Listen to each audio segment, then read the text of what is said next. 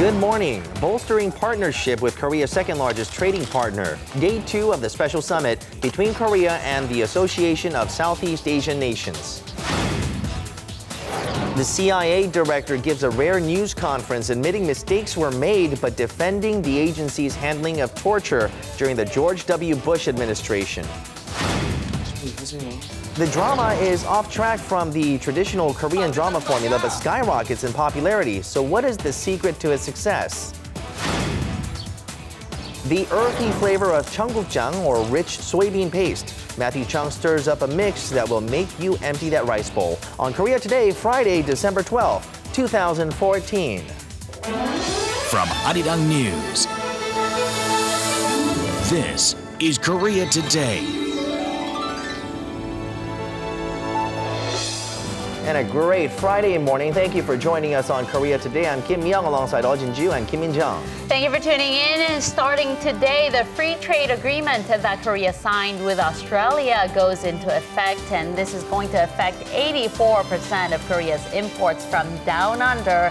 And of course, I know it's a bit too early to be talking about wine, but one of the most popular products imported from Australia is the Australian wine. It's going to be up to 15% cheaper starting today. Well, sounds like I'm buying a few bottles today. Right. And for Australian frozen beef, tariffs currently stand at 40%, but this is gradually going to go down over the next 15 years. But experts say that the price won't go down that much because of the weakening Korean won and because the beef prices are already going up. In Australia, Yeah, right. That's right. All right, we'll do make the most out of the free trade agreement and maybe buy a few bottles, just like Young said, right? We'll just start with 2 for now.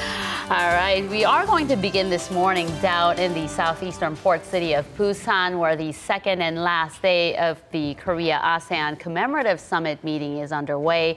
It's a gathering of political and business leaders between Korea and the 10 ASEAN member nations, whom President Park and ASEAN has called Korea's old friends. That's right. They're celebrating their 25th anniversary this year. For more, we could connect to Arirang News' Connie Kim, who's covering the story for us down in Busan. Connie, tell us about the issues that were discussed yesterday during the bilateral talks with 6 ASEAN member countries, including Singapore, Myanmar, and the Philippines. Well, Young, in our bilateral meetings with the visiting leaders yesterday, President Park and ASEAN addressed economic and security issues. Now, after the meeting, all 6 leaders agreed to speed up the process of reviewing setting up Korean financial institutions in their countries. Now, Thailand Prime Minister also promised to give priority to a South Korean business for the bid of their $10 billion river management project. Now, in terms of security issues, all 6 leaders agreed to President Park and ASEAN's efforts to denuclearize North Korea in terms of cooperation in non-political areas and also the trust-building process.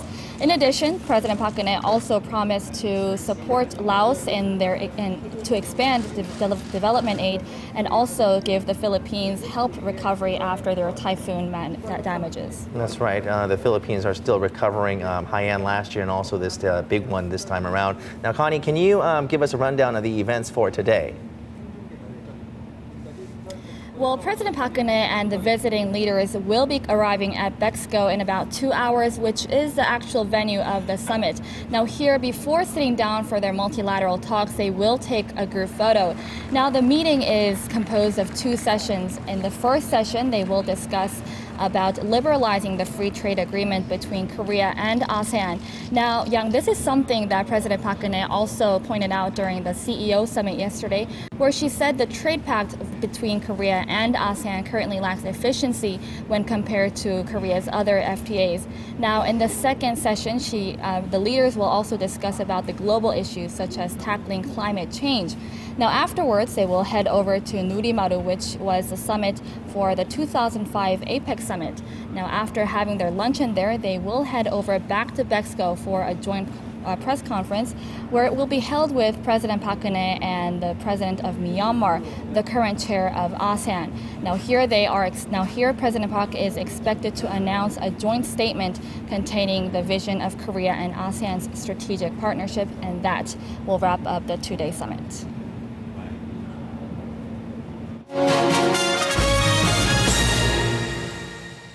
So, as Connie mentioned, President Park and ASEAN held separate summit talks with 9 of the 10 visiting ASEAN leaders on the sidelines of the Korea-ASEAN commemorative meeting. The only country left is Cambodia, with which bilateral talks are scheduled for on Saturday. Now, the reason why President Park is holding these consecutive one-on-one meetings with these leaders is because this is the first multilateral gathering held in Korea since she assumed office. But another reason is because this region holds growing significance to Korea, both economically and diplomatically. Let's take a look at this next report to find out why stronger ties with the ASEAN bloc are so important.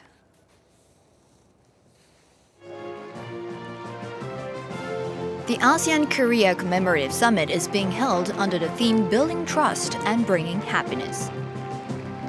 It's the first multilateral meeting the Park Geun-hye administration is hosting in the country. 한국과 아세안의 장점을 결합해 양측 경제에 새로운 활력을 불어넣을 시너지를 창출해야 합니다.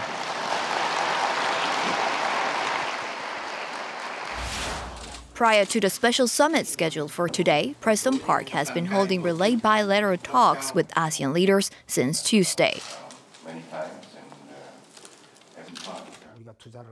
What Korea will want from other states is for them to simplify the procedures for Koreans who want to invest there, open businesses, and enter the country.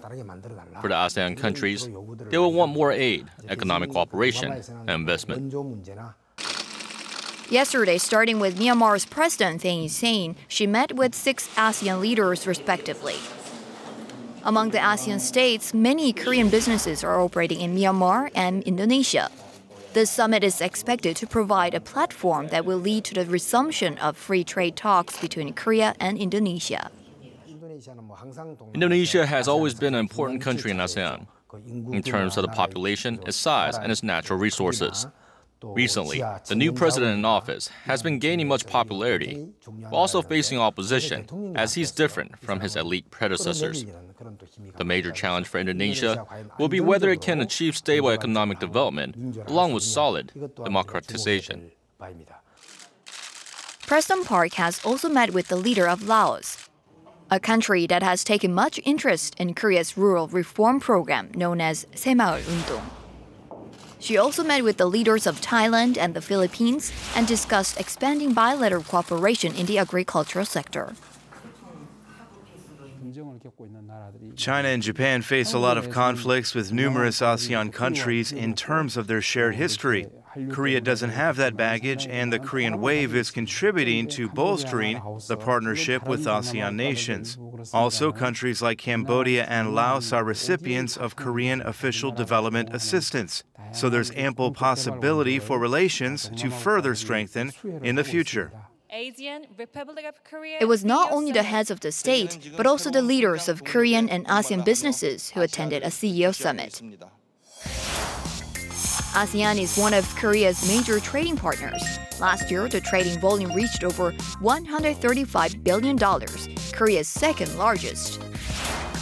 The current population in ASEAN member states stands at 600 million, and the GDP reaches $2.3 trillion. The International Monetary Fund forecasts that figure will jump to $3.8 trillion in 2017, and the population will also increase by 47 million. Experts especially highlight the importance of the ASEAN Economic Community, which will be launched next year.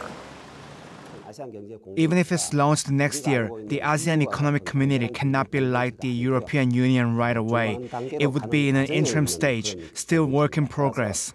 But it will create a large unified market and greatly influence Korean businesses, so there is much greater possibility of companies entering ASEAN nations.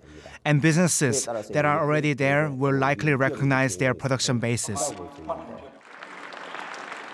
Given the rapid pace of development in the ASEAN bloc, further solidifying relations with member states this time around becomes even more vital.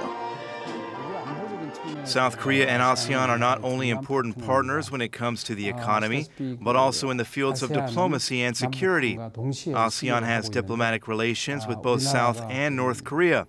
Also, the two Koreas participate in the ASEAN Regional Forum, where significant discussions related to the Korean Peninsula can take place.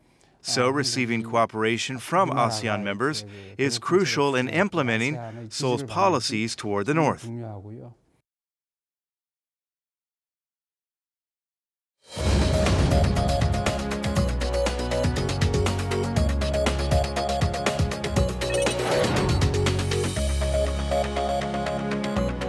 Good morning. It's time to run through the front pages of your newspaper. And you all know by now the two-day Korea-ASEAN Summit kicked off yesterday, and there has been a few sideline cultural events taking place as well for the various leaders and their first ladies.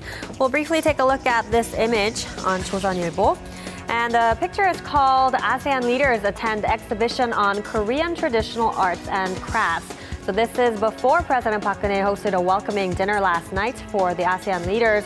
The group is enjoying an exhibition on the traditional arts and crafts of Korea. We'll quickly move on to this headline above now regarding the nation's first nuclear waste facility. And the headline reads, Korea's first nuclear waste facility gets green light in 28 years since its proposal. Now, if we look at the sub-headlines, the country's nuclear watchdog said yesterday it has approved the full operation of the nation's first nuclear waste disposal facility after test runs and inspections confirmed its safety. The permanent disposal site for low and medium level radioactive waste is located in the southeastern city of Cheongju, some 350 kilometers southeast of Seoul. And the Nuclear Safety and Security Commission finally gave the green light for the operation of the facility, which is expected to begin early next year. And now going on to a side article on 동아일보, and this one is about Japanese historians. And the title says, 4 Japanese historical studies groups criticize Abe. So the paper says the 4 academic groups held a joint meeting yesterday to criticize and shed light on the distorted perceptions of historical facts that are being pursued by Japanese Prime Minister Shinzo Abe, especially regarding Japan's misrepresentation of its military past, including the issue of wartime sexual slavery of women before and during the Second World War. The Japanese historians say they are ashamed of the fact that there hasn't been recognition that the women were forced into sexual enslavement, and they are seeking to hold a discussion tomorrow on plans and measures to further address and counter this issue. And looking at 중앙일보 now for another side headline. This one is about North Korea and the U.S. The title says, Washington's North Korea policy is not strategic patience. The U.S. is ready for dialogue with Pyongyang. And looking at the sub-headlines, the new U.S. ambassador to Seoul, Mark Lippert, sat down with the Daily senior columnist Kim Young-hee at the ambassador's residence in central Seoul. And this was his first interview with the Korean media since he took his post in October. He said that Washington's policy on North Korean denuclearization is anything but one of strategic patience. Now, strategic patience is a common nickname for the Obama administration's policy about North Korea. And he added that there is actually quite a lot of activity going on behind the scenes that are unknown to the media that are extremely important to policymakers over in Washington.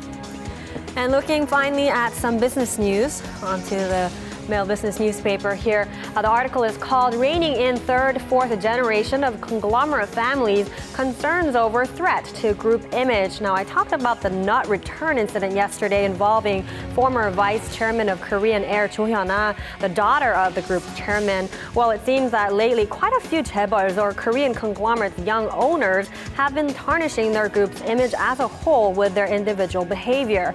So the risk from the children or the children's children of such chaebol families has been in the spotlight, as single misconduct can have a significant spillover effect into the corporate culture, business performance, as well as onto the business group's overall image.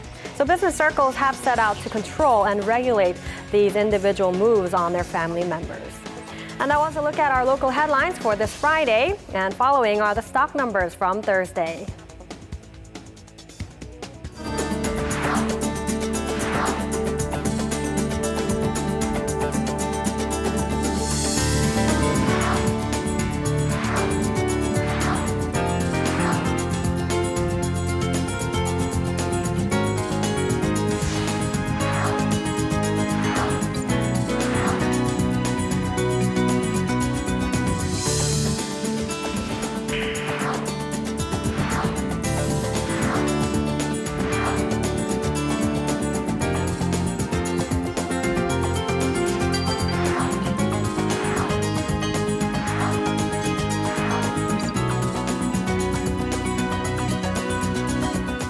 This week we did have some days with a hint of bearable temperatures, but it seems that heading into the weekend is getting colder. Well, it's Friday though. Hang in there. All right, well, to look at today's weather conditions and also a peek into the weekend, we're joined by Chun Sung-cho from Outdoors. Good morning to you, Sung-cho. Good morning, guys. It's freezing cold outside here in Seoul at -5°C right now. It's only been 5 minutes since I've been standing outside, but I'm already shivering. The wind chill factor has dragged temperatures down overnight as a high-pressure system over northern China has been sending frigid winds our way. Cold wave advisories have been issued in the upper part of the central regions, stretching into the interior section of Gyeongsangbuk-do province. The region with the lowest morning low now is Cheonggukjang and Paju in Gangwon-do province at -12°C. And alongside the cold weather, heavy snow is in store for the southwest. It started snowing around the coastal regions already starting a couple of hours ago, and this winter storm will dump as much as 15 centimeters of snow over the regions until tomorrow, paralyzing traffic and knocking down greenhouses. Snow will spread to the rest of the country gradually throughout the day, while losing its intensity and barely reaching the east coast. Just about 1 centimeter of snow flurries will lightly cover the greater Seoul area later tonight. And with that, let's take a closer look at today's temperature readings. Midday highs are all single-digit numbers. The central regions will be frigid cold even in the afternoon at 1°C, while the southern regions will be slightly warmer at 6 and 7. Snowy conditions are expected to continue on and off through next week. This is all for me with the weather forecast, and I'll be back later in the show to set you up on Christmas mood. All right, look forward to that, Sung-cho. Let's first get a check on our global headlines with our Eunice Kim at the News Center. Good morning to you, Eunice. Hello, Min-jung. Now, amid the mounting criticism against the CIA from all directions, its director John Brennan has spoken out on the agency's past use of torture against terror suspects. What did he have to say? Well, first off, CIA Director John Brennan rarely stages news conferences to begin with, so this in itself, I think, is telling on the incredible amount of pressure the U.S. spy agency is feeling right now. One of the things he was seeking was perspective. He did admit that agency officers used unauthorized interrogation techniques in a limited number of cases and should have been held accountable, but that the overwhelming majority of officers carry out their duties faithfully and in accordance with legal and policy guidance. Now, he said the controversial interrogation program overall was helpful in thwarting attacks, capturing terrorists, and saving lives. But he said in his view, it was, quote, unknowable whether the use of enhanced interrogation techniques had led to the information from detainees. Now, Brennan's announcement, of course, comes days after a U.S. Senate report revealed the extent of the abhorrent methods used by the CIA under the Bush administration.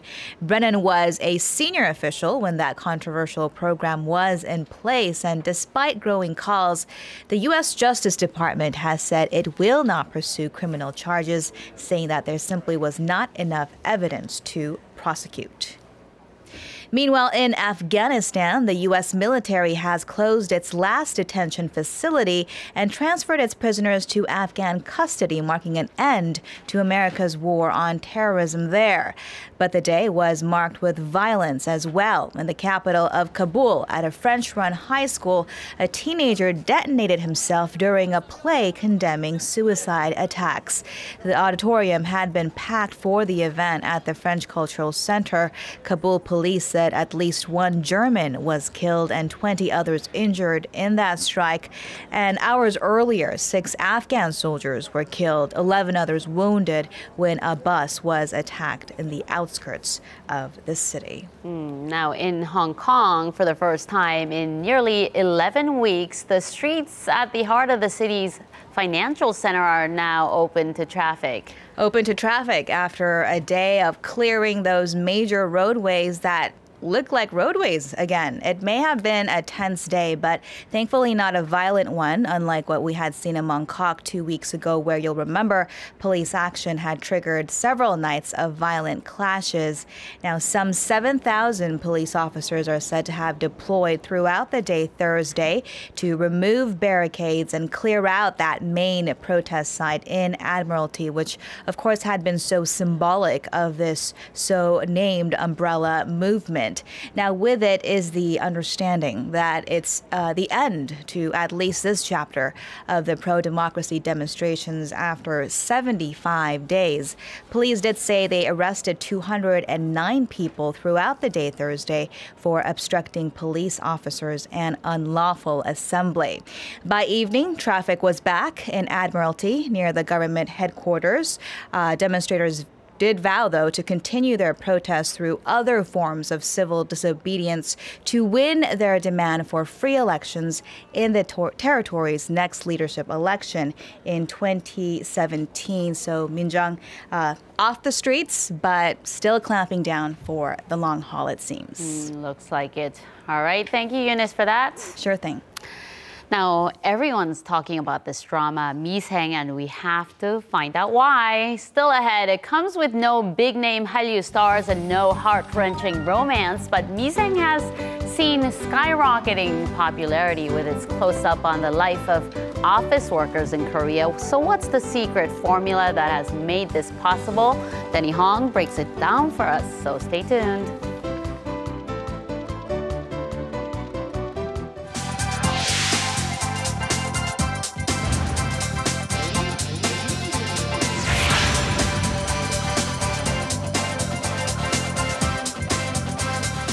Now, 2 days ago, President Park and ASEAN held a summit with the Sultan of Brunei, who's in Korea to attend the Korea-ASEAN Summit. That's right. And he is said to be one of the richest men in the world. And many people are talking about how he has rented out half a hotel in Busan and also how he flew in to get here. Our Misaeng joins us to tell us more about it. Good morning to you, Misaeng. Good morning, guys. Yes, the Sultan of Brunei. His Majesty does things a little differently to everyone else. Now, like the other heads of state, he landed in Korea in a private plane, but in Sultan Hassan al-Bolkiah's case, he piloted the plane himself. The Sultan received his pilot license back in the 60s and is known to fly himself on international trips. Now, the other thing the Sultan is known for is his wealth. His net worth is estimated to be well over $20 billion US, and in one display of this oil fortune, the Sultan booked himself into a luxury suite in Busan worth around $10,000 US a night. It's pretty cool that he piloted his own plane. It is, right? To Korea. Yeah, it's surprising that he stayed in a room worth $10,000 per night. What's so special about that room? I have no idea. An amazing view. Your guess is as good as mine. But, you know, it's not just this ultra-luxe hotel room that he booked. Like you mentioned, Minjang, he booked half the hotel for his entourage, 119 rooms, 119 That's rooms. right. Well, he has princesses and princes who I'm sure accompanied him. So you know, but the interesting thing is that because all the good rooms were booked by the Sultan, the Prime Minister of Thailand was supposed to stay at this hotel as well, but because the rooms were all taken by Sultan and his entourage, the Thai Prime Minister actually had to go and find himself a different hotel. Oh no. Yikes. Do you know which hotel this is? No, none of us knows actually. Okay. Now, on to the other hot issue right now.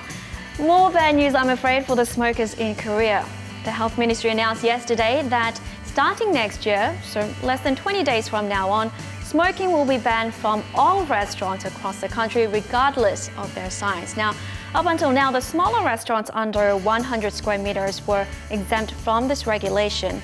But this new expanded restriction applies to e-cigarettes as well, and smokers found breaking this law will be fined up to $90 US, while the restaurant will be fined up to $1,500 US. I've seen people puffing e-cigarettes in restaurants before. That's a no-no. It's a no-no. Because in the eyes of the law, they're the same as normal cigarettes. Starting next year. Yes. All right.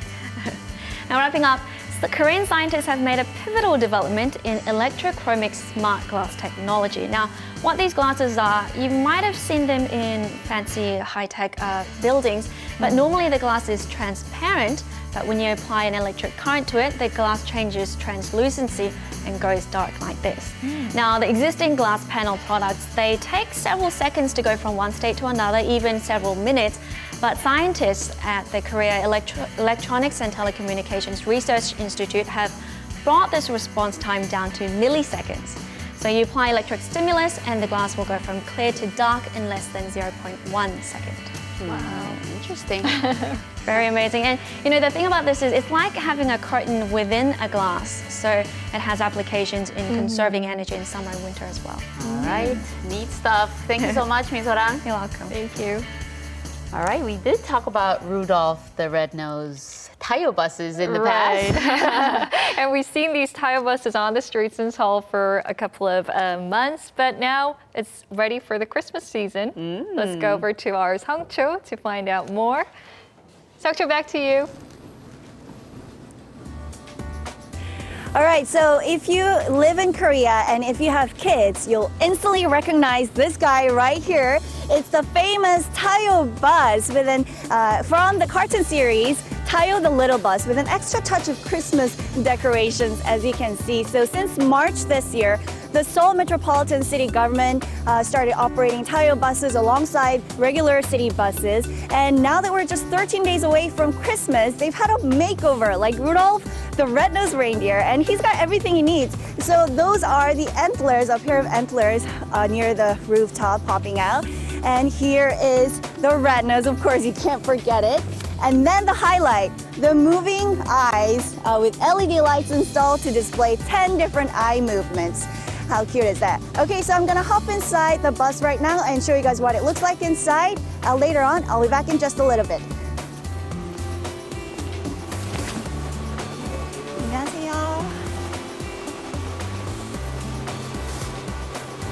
Songcho's so lucky. Forget about the kids. I want to be on the Tayo bus. The LED lights for the eyes and are so cool. Right, the red nose.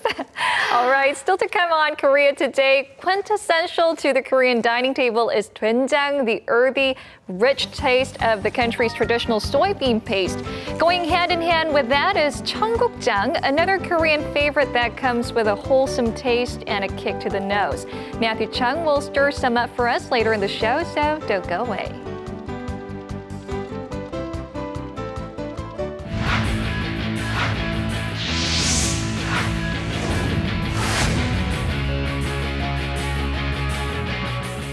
Well, speaking of Tayo, the red-nosed bus, Christmas could have came early for Kim Kwang-hyun of the SK Wyverns, as he could have become the third KBO player to head over to the major leagues if he did sign a deal with the San Diego Padres. Now, the deadline date was at today at 7 a.m. Korea time, but apparently stories coming out that the two sides, the San Diego Padres and Kim Kwang-hyun, could not reach a deal. Now, this is, of course, has not been finalized just yet. If it's not finalized, then, of course, the SK Wyverns do have to return the $2 million that they received for the posting fee. And now shifting over to golf this time, where the Korea Golf Riders Club chose their Player of the Year winners. And this year, the honors went to Do Sung-yeol, Kim Seung-hyuk, and Kim Hyo-ju. Now, first off, for Do Sung-yeol, the 23-year-old won his first PGA Tour title back in April during the Zurich Classic. Also became the youngest Korean golfer to win a PGA Tour title. As for Kim Seung-hyuk, it took him 9 long years, but he finally had a breakout season, earning the most prize money in the KPGA, and was also named this year's KPGA Player of the Year. Meanwhile, Kim Hyo-ju had one of the best seasons anyone in the KLPGA has ever had, winning 5 titles, including 3 majors, and was honored with 4 awards during the KLPGA Awards ceremony earlier this week. Now, meanwhile, moving over to artistic gymnastics, where Yang Ak-sun hopes to bounce back from his injuries and finished off the year with a gold medal during the Toyota International Gymnastics Cup this weekend. Now, the London gold medalist, who has been held back with injuries this year, had to settle with a silver during the Incheon Asian Games and a 7th place finish at the World Championships. But in a recent interview, Yang Ak-sun stated he's feeling a lot better now and will leave the past behind and finish the year on a high note, as the Toyota International Gymnastics Cup will kick off on Saturday. And now finishing things off, some interesting news on Thursday, as the Korea Football Association and SM Entertainment signed a memorandum of understanding. Now, a win-win signing for both sides as the KFA plans to have some of the top K-pop stars perform during A matches, while SM Entertainment plans to get into sports marketing. Both the KFA and SM Entertainment were excited to sign the MOU as they hope to combine football and entertainment to bring more excitement throughout the world. And that's going to wrap it up for me. This has been SJ. Have a great rest of the day and see you guys again for your sports needs.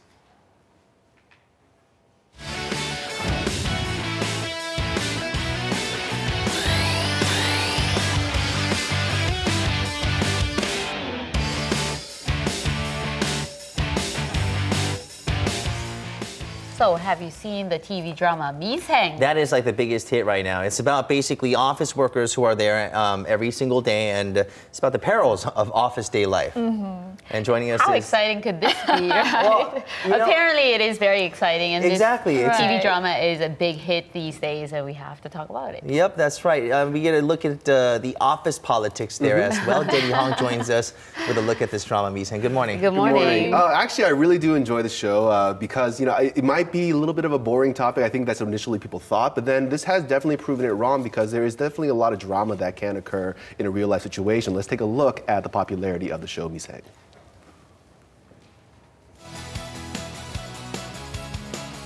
Misaeng kicked off on October 17th and it received interest as a reality close-up drama that follows the life of an office employee just beginning his career. Despite concerns the subject might not be gripping enough, the show has proven a success with a skyrocketing viewership. I've had that happen several times.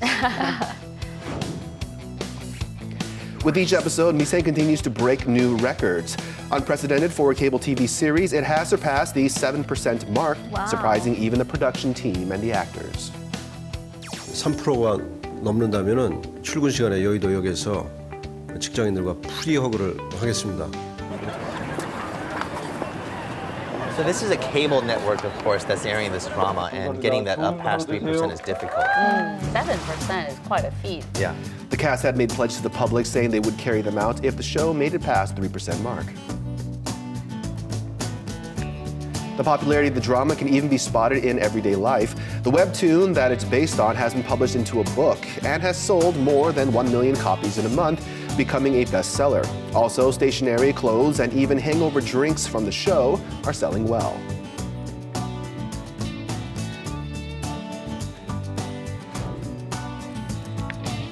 The shooting locations featured in the show are also becoming popular spots to check out among office workers. After we were featured on Misaeng, a lot of customers have been coming, and especially a lot of office workers have been using this place for evening gatherings, so we got a lot more popular.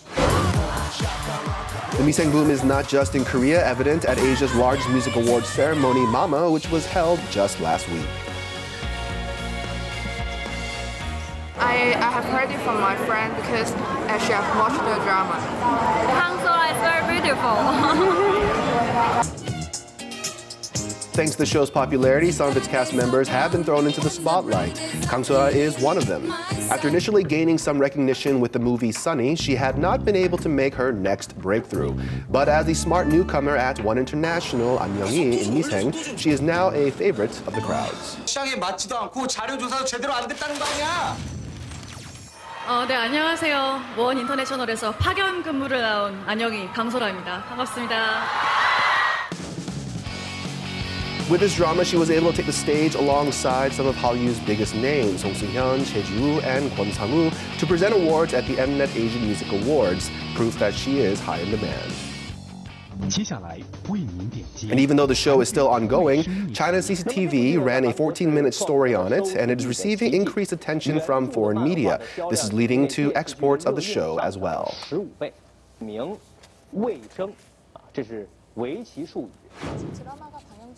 The show isn't over yet, so overseas deals are not in full swing, but there's a lot of interest from Japan, China, and Southeast Asian countries. There are also rumors about it being exported to the US and even possibilities of it being remade based on life on Wall Street. The popularity of Misaeng is also recognized by Marvel, the company behind global favorites such as Spider-Man and the Avengers. So is there a new office worker superhero? superhero? Watched for the last 6 weeks. I've heard we've been the #2 most downloaded comic on the Down platform. We only get beaten every week by Misaeng. Misaeng. What is Misaeng? How has this TV drama managed to steal the hearts of so many across the world?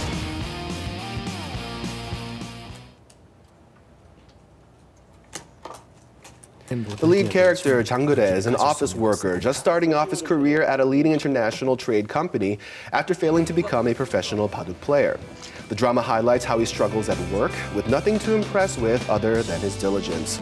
It also offers a snapshot of reality, including discrimination towards contract workers, elements of gender discrimination, and the pains of working moms. The fact that everyone can relate to its realistic portrayal of life in an office is why Misaeng has become such a sensation. 나도 담배 한 갑 사다 줘. 내가 피는 담배 알지? 네. 커피 타왔습니다. It's popular because it depicts the pains and struggles people in their 20s go through. People want to know what happens at these kinds of companies, and for those just starting their careers, they can easily relate to it. Especially lead character Cheonggukjang is played by K-pop group Sea's Im Si-won, who has been praised for his perfect transformation from his previous roles as a young student or a cold-blooded heir to a rather dull and slow new office employee.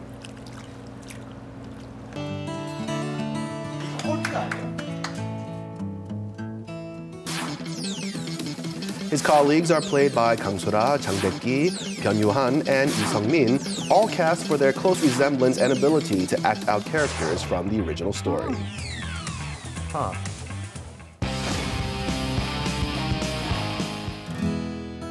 But what really has people watching is the degree of production exhibited in the show. It took 2 years of just planning, with every single element, such as the site of filming, props, and characters, all created after extensive deliberation.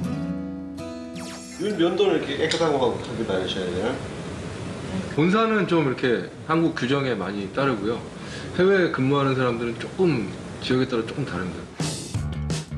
To perfect their roles, each actor received consultations from people who are actually working in the field.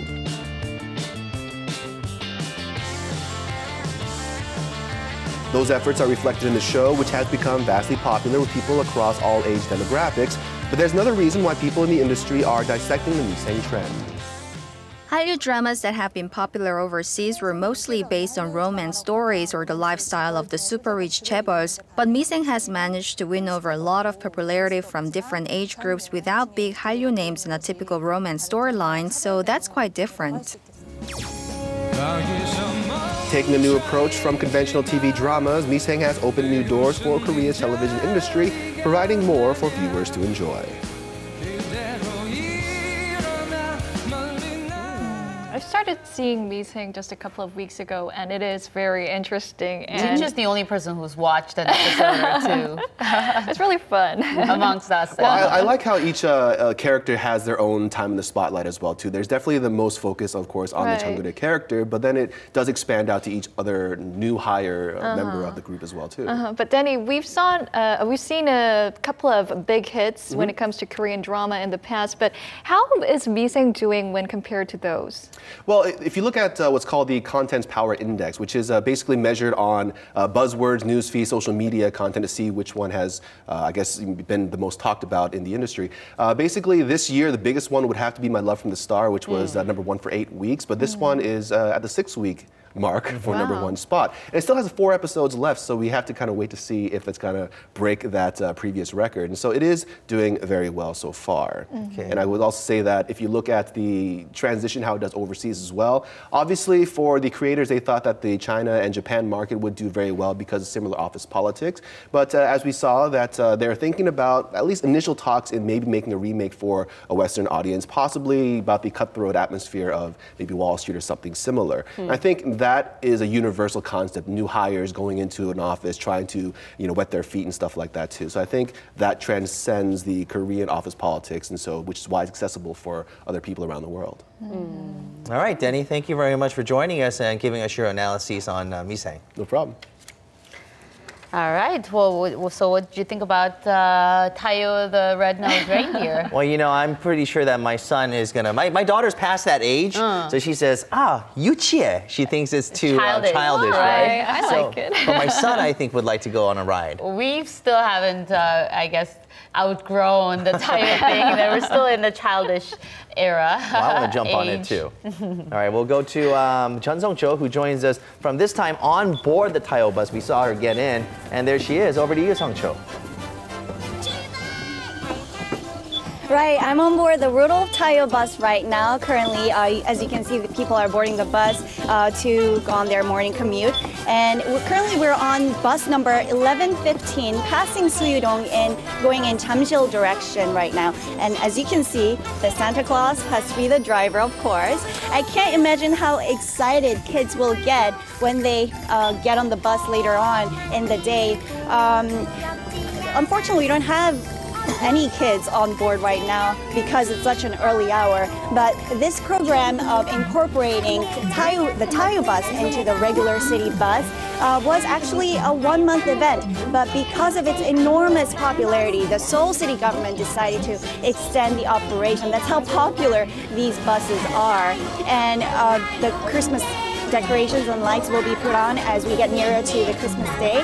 Kids will go crazy when they see their favorite character come alive in real life. It'll be like their Christmas wish coming true, really. And all right, so there will be a total number of 26 Tayo buses going around Seoul until mid-January. So if you want to catch them, please check their Facebook page online. I think it's a fantastic idea to turn public transportation into such a pleasant surprise. All right, so this has been Chun Sung-cho, Korea Today.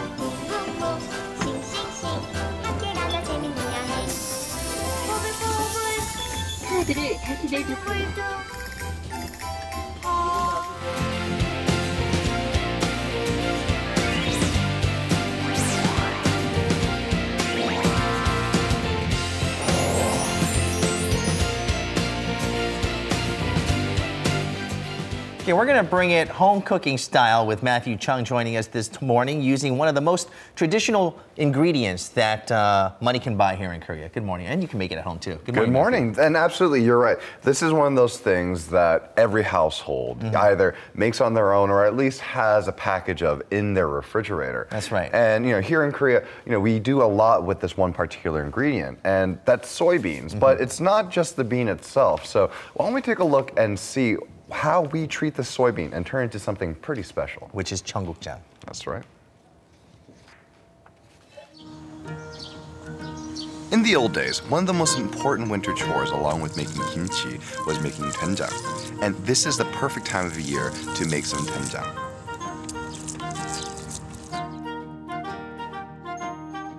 As a country that relies heavily on agriculture, seasonings made with grains and greens have been essential, and these are called jang. Traditionally, each household used to make their own jang, creating tastes from all across the spectrum. There's a saying that if jang goes wrong, trouble finds its way into the household. Jang is that important. It's the foundation of so many Korean dishes.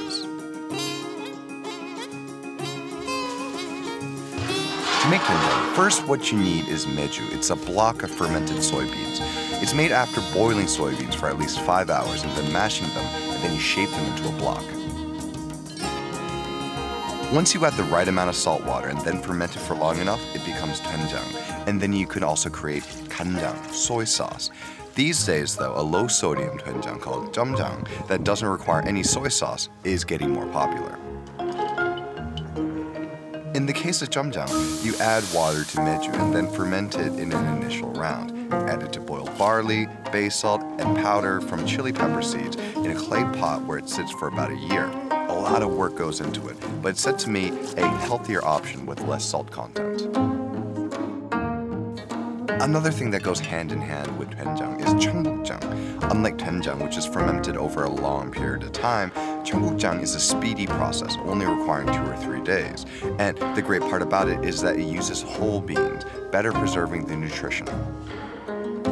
Soybeans are packed with proteins, vitamins, and calcium, but when it's consumed raw, the body can't take in as much. Once you ferment the beans, like in Cheonggukjang, the enzymes do all the work, allowing for better absorption and digestion. With its unique smell and taste, Cheonggukjang comes with an abundance of nutrition and holds a special place on the Korean table. We'll get a closer look at Cheonggukjang today in the studio. So Cheonggukjang, and all that is comes from meju, and every household seems to have their own way of making that meju and turning it into the dish. So how are you going to do this today? So we're going to be making chador Cheonggukjang. Chador Cheonggukjang. Okay, now chador is this slice of meat over here. Can you tell us about what this slice is and where it comes from the beef? So this is a thinly sliced brisket, and brisket comes from the belly or the breast of the cow. So it's very rich. It's got a lot of fat in there, but at the same time, it's also very tough. So normally it has to be cooked for a long time, but because it's sliced so thin, it cooks almost immediately. Okay, so if you're frying chador, basically just put it on there. That's right. A minute later, it's done, right? That's right. So this first part's going to go pretty quickly. So we're going to start by adding a little bit of sesame oil to our pot. And then we're going to add our chador. So it looks like it's going to be a lot when I put it in there, but because it is sliced so thin, it's going to cook down to almost nothing. Okay, so you're supposed to do this, instead of making the soup first and then dropping all that into the soup, you're supposed to put that first and kind of cook it, right? That's right. So what we're doing basically right now is we're creating a little bit of flavor in the base. And we're doing that by basically sauteing this beef. Can we just put all of it in there, or is there too much? We'll start with this for now, just because there are a lot of ingredients that are about to go into this pot. I'm a huge beef fan. There's still a good amount of beef in here, and not only that, because we're cooking it, first, this beef flavor, it's going to infuse throughout the entire dish. Okay. And we're using Korean beef, right? Korean beef, that's correct. So at this point, we're going to add just a little bit of garlic. And then that's, of course, it's just going to give it that nice sort of aromatic quality that, garlic does. Smell that already. Yeah. It's beef and garlic. Yeah, definitely. You do have that hearty smell. A little potent, but it does make everything better, garlic. And then garlic, of course, the longer it cooks, it'll start to mellow out. All right, so the beef is cooked all the way through, so we're going to add our broth. Okay, I always ask you about the broth. Now, what is the broth composed of? So this is dashima yuksu. So basically, it uses dashima, which is a giant seaweed. A little slice of that. Yep, and myeolchi. Or anchovies on the side. Yep, little dried fish. So what we're going to do is we're just going to let this come up to a boil. And like I said, this is a dish that happens very quickly. So all we need to do is just wait for this to come up to a boil, and then we'll start to add the rest of our ingredients. Okay, and speaking of the rest of the ingredients, we have several different ingredients. This is actually the Cheonggukjang, right? That's right. So if you look closely, you can see they're whole beans. I mean, the beans, they still retain their shape. And Cheonggukjang does have sort of a potent odor to it, especially when it's cooked, right? It does. It's a freshly fermented product. So doenjang, in contrast, it doesn't really quite smell quite as pungent, fragrant, if you will. That. So if you're kind of curious, if you've never smelled it before, I guess you could compare it a little bit to very potent cheese. Yeah, like a very ripe cheese. Yeah. That's probably what it most closely resembles. And that's because they're both fermented products. Can I try this? Go for it. I mean, I wouldn't take too big of a spoonful. It's good. Yeah. It really is so good, just having this by itself. Because it's also so simple, too. I mean, it's basically just only a handful of ingredients. And it's just kept nice and light. And the soybeans, they've got a fantastic texture to them. They're like a perfectly cooked bean, essentially. Can I have some rice with that? Go for it. I mean, believe me, you're going to be going through a lot of rice with this dish, too, because, with the completed product, this is one of those dishes in Korea that's known as papdoruk, like a rice thief, just because, when you eat it, you just end up eating so much rice alongside it. So these are also the traditional ingredients, too. So this was what makes the base of the Cheonggukjang. The beef adds a little bit of the flavor, and the tubu over here. Tubu is pretty much essential in every soup dish or jjigae. Yeah, I mean, it makes sense. It's a really affordable source of protein, but not only that, it takes on other flavors really well. And on its own too, it's got a nice, smooth, creamy flavor. Okay, so we have peppers and a little bit of green onions, spring onions, right? Yeah, chopped up. And you'll see these pretty much finishing just about every dish. dish, every cook here in Korea. All right, so now our stock is just starting to come up to a boil.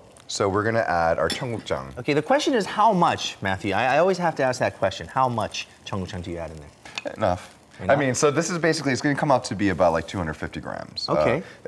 So for this amount of liquid. And actually nowadays, if you're not making your own, if you go to the grocery store and you purchase Cheonggukjang, you'll find basically that most of these pots here in Korea kind of come in standardized sizes. So you'll find basically packages that are right for your, the size of pot that you normally find in. And it's also a matter of preference. Is there a too much, or can you just put as much as you want? I mean, there is always, just like any other ingredient, such a thing as too much of a good thing. So you don't want to go overboard with any of these ingredients that we have over here. All right, so we're just gonna let this come up to a boil for a few minutes, and then we're gonna add our final ingredients. Okay. And what makes Cheonggukjang so special is because it's a freshly fermented product, it retains a lot of its nutrients. I mean, this thing, this thing, it's packed with protein. It's got a lot of great minerals in it, like calcium. But more than that, it's got the lactobacillus bacteria. Yeah. And it's the same one that you'll find in things like yogurts and whatnot. Fantastic for the digestion. All right, so we're just gonna let this simmer just for a little while longer. And in the meantime, we're gonna add the rest of our ingredients. All right, can you guys smell it over there? Oh, yes. It is fabulously potent, right? But it just tastes so good. Yeah, I mean, it's nutty. It's kind of, like I said, it's got a real complexity to it. Okay, so now you've added the tubu. And then we're gonna add our peppers and our green onion. And if you want to add some spice to it, you can add some Cheonggukjang or Cheonggukjang peppers, right? That's right, and some households will even add gochugaru to it at this point as well. So there's a lot of different ways to it, and I think our viewers, if you do want to try to embark on this journey of making your Cheonggukjang, then I think what you can do is you can experiment by putting other ingredients in and take some of them out, right? Why don't we invite our co-anchors to the studio? Finally! We have the chopsticks right here. The smell. Cheonggukjang is such a polarizing dish, though. I mean, either you love it or you hate it, but it's an acquired taste. I think once you start to love it, I think there's really no going back. And that's the thing. Like I think just about everyone comes around to it at some point. And warms up to it, right? All right, so we have this here, but we actually have one prepared over on that side too, just so y'all don't have to reach over here. Wow, and the smell is, one of my foreign friends, he is absolutely in love with Cheonggukjang. First thing you go for is the beef, And the chatabagi, I'm sure, makes it richer, huh? That's right. I mean, this is already a pretty rich dish, but it's lean. Like it doesn't, the richness doesn't come from, like a meat or like a fat. So the chatabagi, it adds that to it. It's very earthy too. It really is. I mean, that's the thing. Like, so it's kind of like a cross between, you have, it's a little bit of a bean, but it also has the earthiness and very, sort of meaty flavor of something like a mushroom as well. It kind of covers a lot of bases. If flavors have a shape, I think this would be like an oval shape. Yeah, right? very round. And not a lot of edges. Yeah, there are no corners. No corners. I thought chatabagi will only go well with doenjang jjigae, but with Cheonggukjang, it's perfect as well. I think it goes even better. I mean, of course, chatabagi and doenjang, is a match made in heaven. But, with this too, just because Cheonggukjang isn't quite as salty as doenjang. I think it lets the beefiness really shine. Right. Well, we have to mention those. Sad to say, this is your last segment. It is. I've had a ton of fun over the past. How long has it been? It was the longest running member, I believe, right? That's right. High five to that. We have prepared a little something for you. Some cash in there. Yeah. That's your paycheck. That's your paycheck. Do drop by when you have time, though. Will do. All right, Matthew, thanks so much. Thank you. Well, that just about does it for this edition of Korea Today. Okay, have a wonderful weekend. It is a cold day today, so dress up a little bit warmer if you're going to head outside. We'll see you back here on Monday morning at 7. How about we let Matthew go close the show? All right, so, thank you for watching. Enjoy your weekend. Thanks for the food. Always. Aww.